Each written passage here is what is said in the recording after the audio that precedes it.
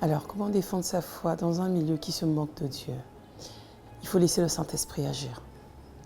Car quand le Saint-Esprit agit, il défend bien la cause et il emmène, je peux dire, la démonstration de la puissance de Dieu se manifester dans un milieu hostile et qui emmène des personnes qui ne connaissent pas son nom à réellement reconnaître le toucher de Dieu et le doigt de Dieu.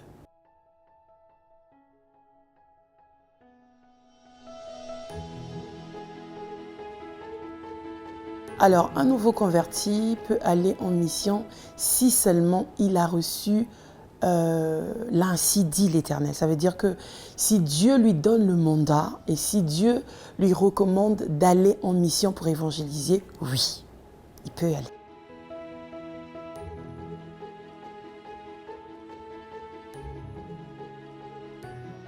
Et comment accepter une âme? Alors, là, ça revient toujours sur la question du Saint-Esprit. Parce que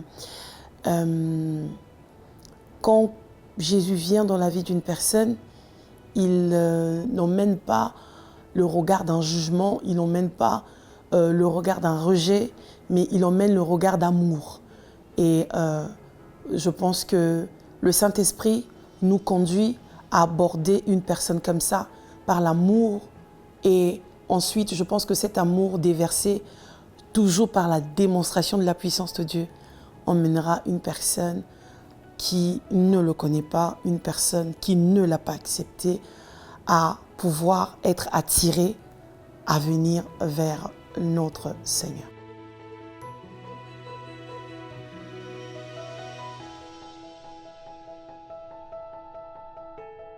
Une personne, qu'il soit étudiant, qu'il soit dans un milieu professionnel, ça veut dire entreprise, qu'il soit dans un milieu...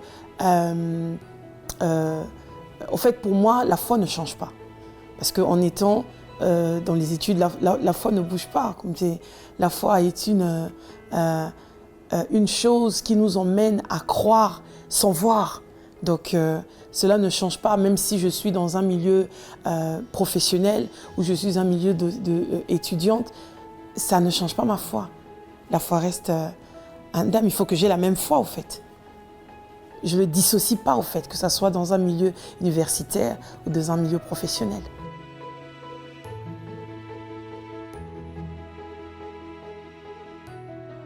Cette question est quand même un peu coriace, dans le sens où laisse à César ce qui est à César et laisse à Dieu ce qui est à Dieu.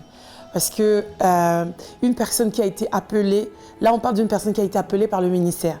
Parce que souvent, beaucoup de personnes essaient d'identifier la vie de notre bien-aimé frère Joseph, qui était en train de travailler avec Pharaon. Mais Joseph n'avait pas un ministère. Okay? Joseph n'était pas un pasteur, évangéliste, docteur, prophète. Non.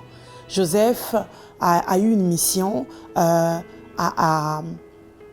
moi je peux dire à ramener les enfants d'Israël en Égypte, puisque Dieu avait déjà dit à son grand-père, je peux dire Abraham, que les enfants d'Israël devaient se retrouver en Égypte.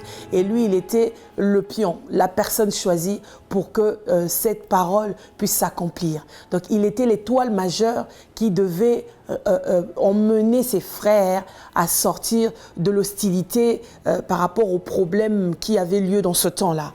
Alors, c'est normal qu'ils se retrouvent. Pour moi, par rapport à moi, je dis personnellement qu'une personne qui est appelée dans le ministère, c'est quand même un peu pas facile d'être dans le milieu de la politique. Parce que dans la politique, je suis quand même un peu entourée de certaines personnes qui sont dedans. C'est pas facile. Ça emmène à empiéter un peu beaucoup de choses et ça emmène à empiéter même sa vie de prière et sa consécration, mais le fait de s'occuper des âmes, en fait, parce que quand on est dans la politique, ça nous prend beaucoup de temps. Et quand on est aussi berger, quand on est aussi ministre de Dieu, ça demande beaucoup de concentration et ça demande beaucoup comment se donner en entièreté, quoi. Et si on veut faire les deux, pour moi, il y a incompatibilité, ça ne marche pas. Ça, c'est moi.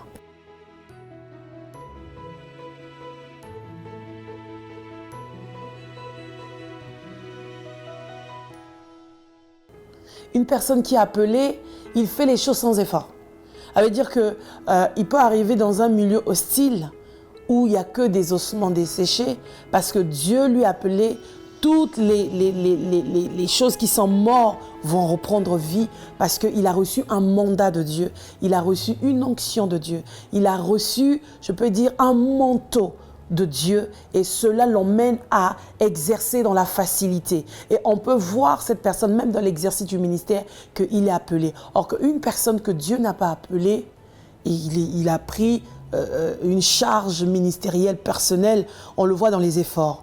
On voit souvent qu'il y a d'autres même qui arrivent jusqu'à aller toucher un feu étranger pour essayer d'apparaître que Dieu m'a appelé. Une personne qui est appelée est fort moko à ça la rater. Même si c'est compliqué, même si mamunae ezo monanake voilà azo bundanango ezapena mobulu mais akolonga kakaka, il va toujours monter parce que ezayete mutabengi.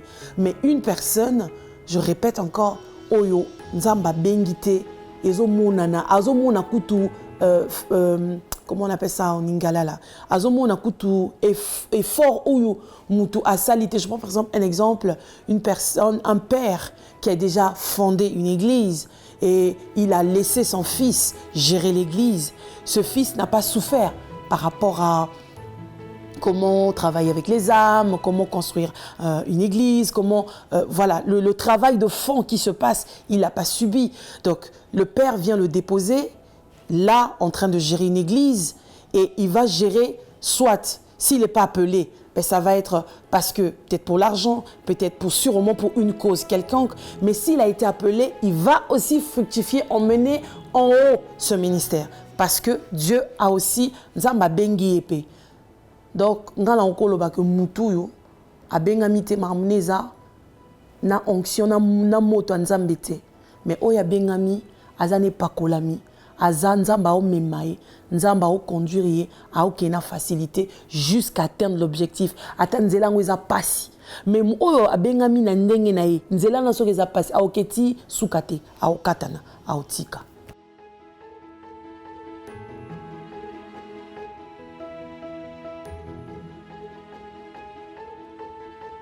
Parce qu'une personne est née en une personne à tripartie, ça veut dire le corps, l'âme et l'esprit. Et une personne qui accepte le Seigneur Jésus-Christ, son esprit est renouvelé, son âme n'est pas renouvelée. Et il y a un travail à faire au niveau de son âme. Et au fur et à mesure qu'il marche avec le Seigneur, au fur et à mesure qu'il y a la croissance, au fur et à mesure et ils ont ça là que, comment on appelle ça, maturité, ils ont ça là que discernement, ezoya tango au fur et à mesure azokola.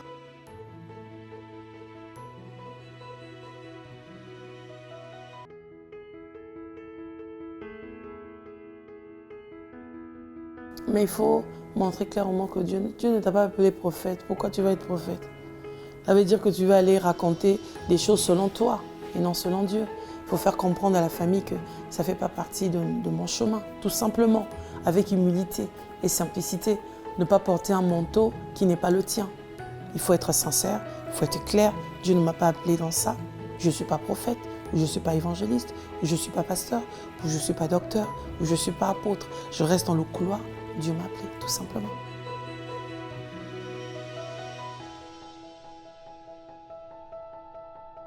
Alors, comment rester chrétien? C'est faire la part des choses, tout simplement. Alors, aujourd'hui, la technologie, c'est vrai que ça emmène beaucoup de choses en vent, mais cette même technologie est en train d'édifier le peuple de Dieu. Donc, ça veut dire qu'il faut qu'il y ait équilibre dans ce qu'un chrétien fait. Il y a un temps pour la prière, il y a un temps pour la parole, il y a un temps aussi comment Dieu te conduit à aller vers ces réseaux pour pouvoir annoncer ou pour pouvoir gagner des âmes.